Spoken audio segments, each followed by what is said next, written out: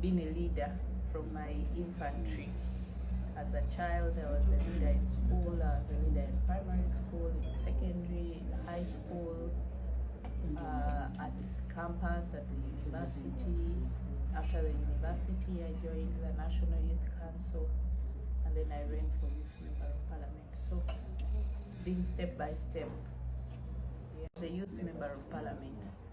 As a youth, when I'm speaking of Youth Member of Parliament now, I don't speak for myself alone, because we've been working as a group, as Youth Members of Parliament. We are 5. When we got into Parliament, we got into the 11th Parliament at a time when government was now retrieving all the different funds that they had put in place, especially for special interest groups like the young people, and channeling all of them to the parish development board. Because Uganda is one of those countries where there are thousands of opportunities. A young person in Uganda might not have 100 shillings today, and then in 6 months they are a millionaire. You cannot find that in any other country in the world, nowhere. What we struggle most from in Uganda is under unemployment. The fact that someone can get something to do, but the payment is not worth them being able to fend for life and meet the standards of living. Don't you think Ugandans need a new Uganda now? I mean, my question is, which one is a new Uganda?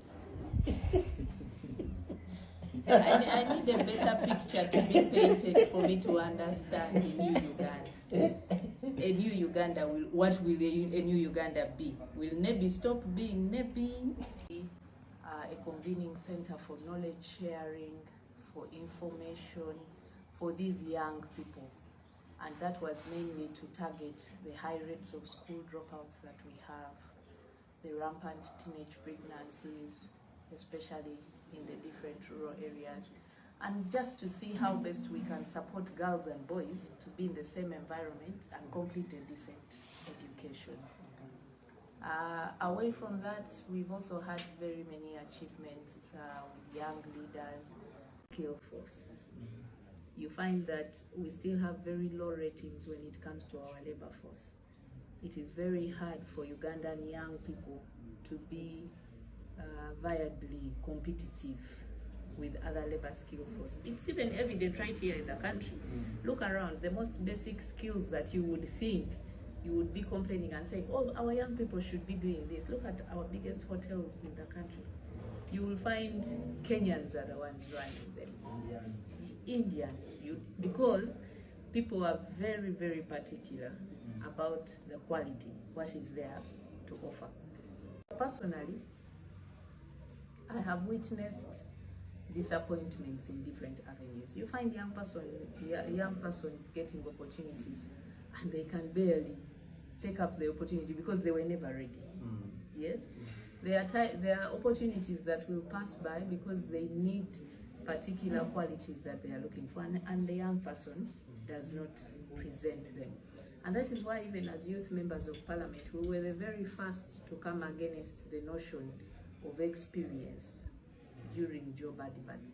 Because if you're going to advertise for a job and you want experience of 10 years or 15 or 20 years, you've automatically locked out a young person. Which of the young people do you know have a better vision than President Museveni? Tell me one. And survival race. Which one, and what is their vision that you think could convince me to support them over President Museveni? President Museveni's vision has been very clear.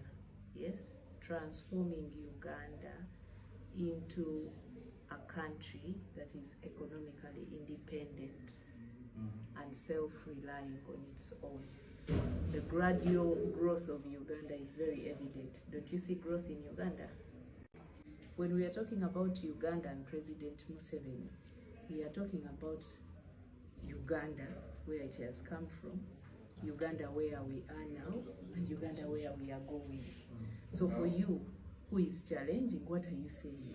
I asked you, who has a better vision among the presidential candidates, and what is that vision?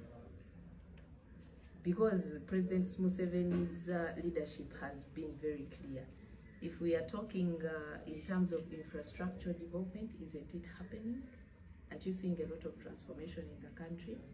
You know, I have a very busy life.